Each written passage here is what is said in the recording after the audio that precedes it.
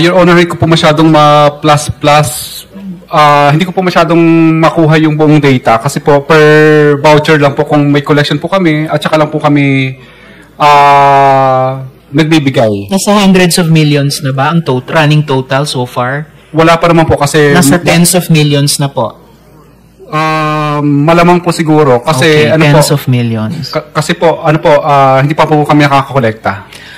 So may collectible pa. Pero yun na yung magnitude, tens of millions na po. Kay DE protesta pa lang. Kanina nyo po pinadadaan tuwing magbabayad kayo ng token kay DE protesta? Kadalasan po, yun, Your Honor, kadalasan po, sa mga tao lang din po nila. Sino-sino pong mga tao? Anong mga buong pangalan nila? Hindi ko po masyadong matandaan, Your Honor, kasi nasa bahay din po yung data din po, yung sulat kamay ko po. Sir, umaabot na sa tens of millions yan. Imposibleng hindi nyo kikilalanin yung taong pinadaanan nyo ng ganyang kalaking pera. Sino po ang tumatanggap ng token ninyo para kay DE protesta? Kadalasan lang po, may naka-appoint lang po sila kung sino din po kadalasan yung mga negotiator sa bidding po na tumatanggap ng tinatawag na buyout, sila din halos po yung kumukuha. Sino po yung negotiated or appointed negotiator na yon? Alam ko po, nasa cellphone ko po yun. Bali, ngayon po kasi bawal po ako magkaroon ng cellphone kasi nakakulong po ako sa basement po. Kahit yung huling appointed negotiator na tumanggap ng token nyo kay DE protesta, yung recent memory,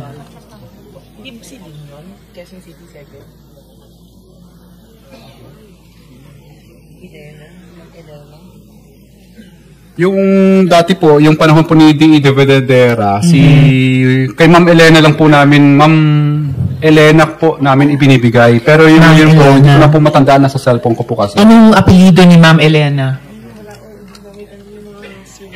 Basta surname lang po, yung pangalan lang po ang alam ko eh. Pero doon po sa cellphone ko, nakalagay po doon yung parang apelyido niya, tapos kung ano pong title niya. So si Ma'am Elena ang appointed negotiator panahon ni DE de Vedadera.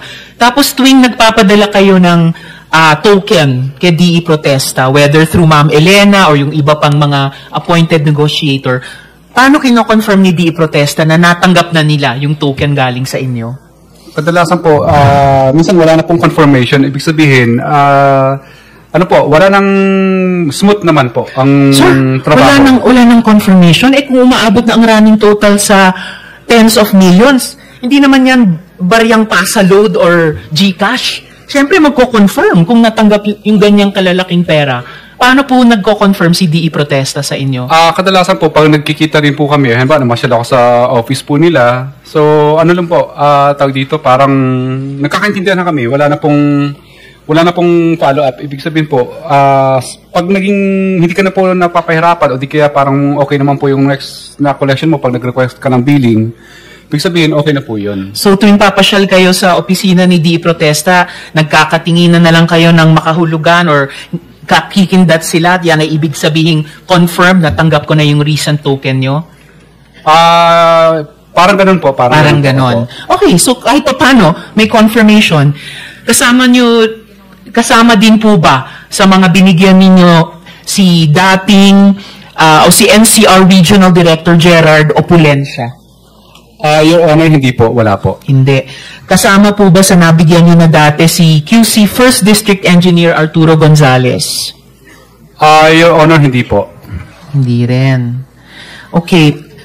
Sabi nyo po sa committee ito, nagsimula kayo sa National Flood Control Projects noong 2016. Sinabi po yan ni Ms. Diskaya.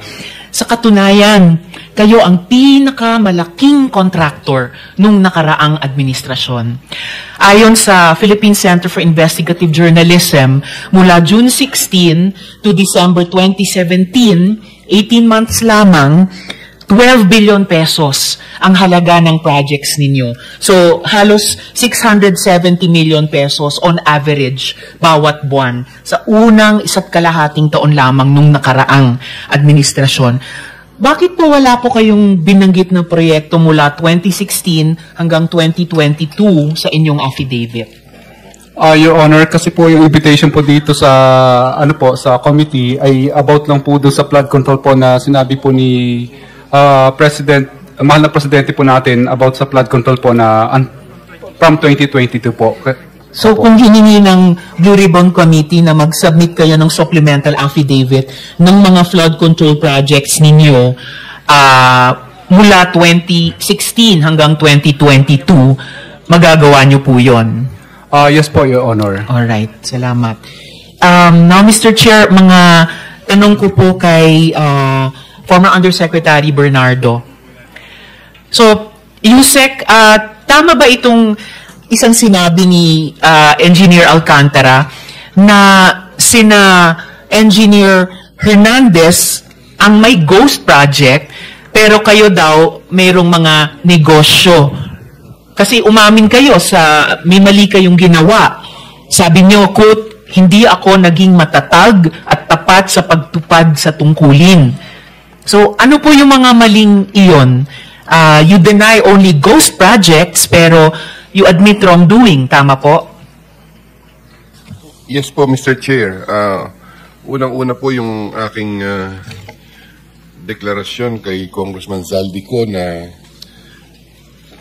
tumanggap po ako ng sinasabi ni Alcantara, ni Engineer Alcantara, ng 1% doon sa kwan. Pero hindi ko po makumpirma kung ano. Basta tumanggap po ako doon. Hindi ko po alam na ang halaga.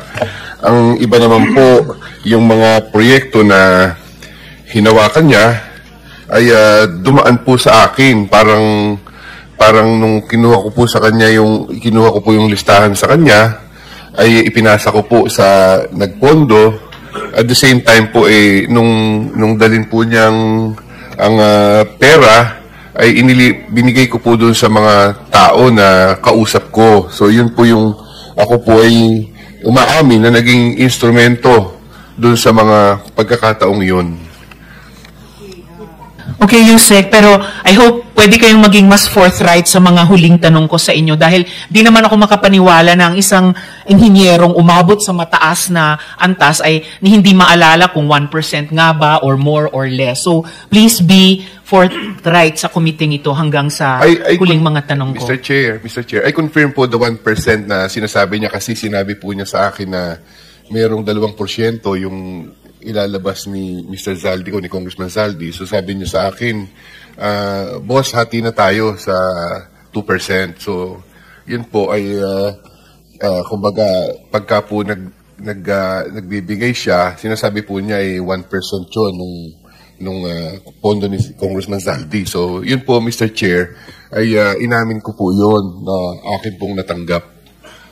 Ngayon po, Yusek, yung inamin nyo pong katiwalian, whether itong 1% or yung iba pang ma-establish ng komite, hindi lang po yan sa Bulacan na nangyari, di po ba? Nangyari rin po yan sa ibang mga lugar na hawak ninyo. And I mean, kasi sabi nyo po, Luzon kayo, mula Region 3 hanggang 5 at Visayas, so Region 6 hanggang 8. So yung ganito pong mga katiwalian, nangyayari din po ba sa ibang mga lugar na iyon? As far as me is concerned po, Mr. Chair, hindi po ako ang doon. Ito lang pong kay Alcantara ang kamukha po na nakalagay sa aking affidavit ay kinumpirma ko po na ito po'y talagang inaamin ko na sa mga pagkakataong ito ay ako po'y naging instrumento doon sa transaksyon na inano po sa kay Engineer Alcantara. Sa iba pong mga probinsya ng Region 3, bukod sa Bulacan, nangyayari din po ba yung ganitong mga katiwalian? Hindi ko po kayang sagutin yun, Mr. Chair. Sorry po kasi hindi po ako nakakaalam doon sa mga lugar na yun. Sa Region 4A po ba, nangyayari din yung ganitong mga katiwalian? Ako po, usually, ang naririnig ko lang po, hindi ko po kumpirmado, ay siyempre po pagka po ang mga proyekto ay nasa district. So district engineer po at mga representative po yung magkakausap dyan. Hindi ko na po alam kung anong detalye ng kanilang usapan. Yun po, Mr. Chair. Yung sa Region 4B po, bukod sa Mindoro Oriental at Occidental na tanyag na feature ni Chairman Ping sa kanilang privilege speeches, nangyayari din ba sa ibang mga lalawigan ng rehiyong iyon? Mr. Chair, parang ang ko po ay hindi ko naman po masabing pero tingin ko po nangyayari po yun doon na meron din ganyang transaction. Saka ko na lang itatanong yung Region 5 hanggang 8 kasi may isang kulang na lang ng 1 minuto natitira sa akin. Uling tanong na lamang po, Mr. Chair, kay Yusek Bernardo. Ayon sa isang interview kay dating DPWH Secretary Babe Singson, nagulat siya nung nabalitaan nila na biglang naging ASEC at Yusek kayo pagkatapos nung kanyang term. Supposedly, nag-outrank kayo sa ibang mga career officials na nauna sa inyo sa department. So, tama po ba, nung 2016, kayo ay ni-rehire bilang ASEC at nung 2019 naman, kayo ay na-promote bilang USEC? Tama po?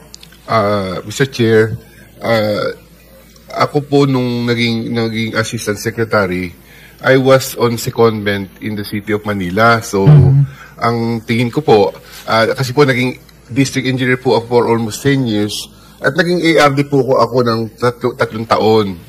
So, yung pong stint ko sa Manila I can consider po as, kung hindi man po equivalent ng isang regional director, ay tingin ko po ay malapit doon sa experience na yon bilang civil engineer na naging city engineer po ng Maynila. So, ako naman po yung nag-apply as assistant secretary noon, nag-apply po ako, and it so happened po na na-qualify po ako sa assistant secretary. So, ako Sino po, pong nag-recommend sa inyo maging ASEC noong 2016?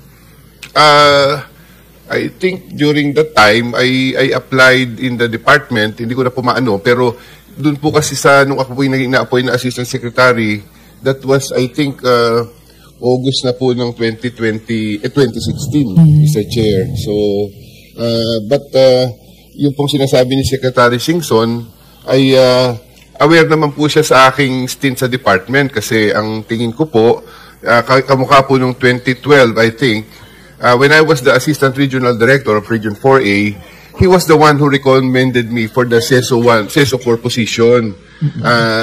Nagkaroon po ako ng rank noon from his recommendation as CESO 4. So siya po yung, he sent a letter po with my good performance to the CES board, wherein afterwards, I was appointed as a CESO 4 po, as a career CESO 4 official. So, Yusek, huling tanong ko na lang, so please make it your answer worth it. Sino pong nagrekomenda sa inyo nung August 2016 at sino naman nag-back sa inyo nung 2019 nung kayo'y naging USEC naman? Mr. Chair, I would like to, na yung Assistant Secretary, nag-apply po ako noon sa department, hindi ko na po maano noon kasi alam po ni Secretary Singson yan na while I was on secondment with the City of Manila, I usually talk to him and tell him na, Mr. Secretary, ang ano ko po ay sa DPWH, kaya lamang po noon, ang sabi po niya sa akin ay tulungan ko si Mayor Erap, tulungan ko na rin po si Mayor Erap sa pagpapatupad ng mga proyekto. So nag-apply po ako noon, and then afterwards po, nung pong ako yung naging Assistant Secretary, I also applied in the position of Undersecretary. And it was not 2019 po, Mr. Chair. It was, I think, 2018 na po nung ako po ay naging Okay, Yusek. Pero wag nyo namang iwan itong huling mga segundo ko sa second round na to na hindi po nasasagot yung tanong ko. Are you telling the committee si Sec Singson ang nag-recommend sa inyo nung 2016 at nag-back sa inyo nung 2018 to 2019? Sino po yung mga taong iyon? Hindi ko po sinasabi, Mr. Chair, na si Secretary Singson kasi hindi na po siya secretary nung... Opo, so sino nga po? Si Mark Villar po was the incoming, Secretary Mark Villar was the incoming secretary during the time. 2016 or 2019? 2016. 2016. Sige, then thank you. Thank you po, 2019. Senator Antiveros, your time is up. Sige. Last follow-up na lang, Mr. Chair, dahil Okay, hindi go ko ahead. nasagot. And in 2019, sino pong nag-recommend or nag-back sa inyo? Si Secretary Mark Villar po. So, Mr. both Chair. 2016 and 2019. Salamat. Mr. Chair, may I po. I was Quickly, yeah, answer that. I was not appointed in 2019. I was appointed as Undersecretary, I think November of 2017. 2017. Salamat, Yusek. All right, Salamat, thank you. Mr. Chair. Thank you. Senator Marcoleta. Thank you, Mr. Secretary. Chair. Mr. Diskaya, doon sa iyong mga salaysay o isinalaysay, nagbanggit ka ng 17 congressmen. At doon ay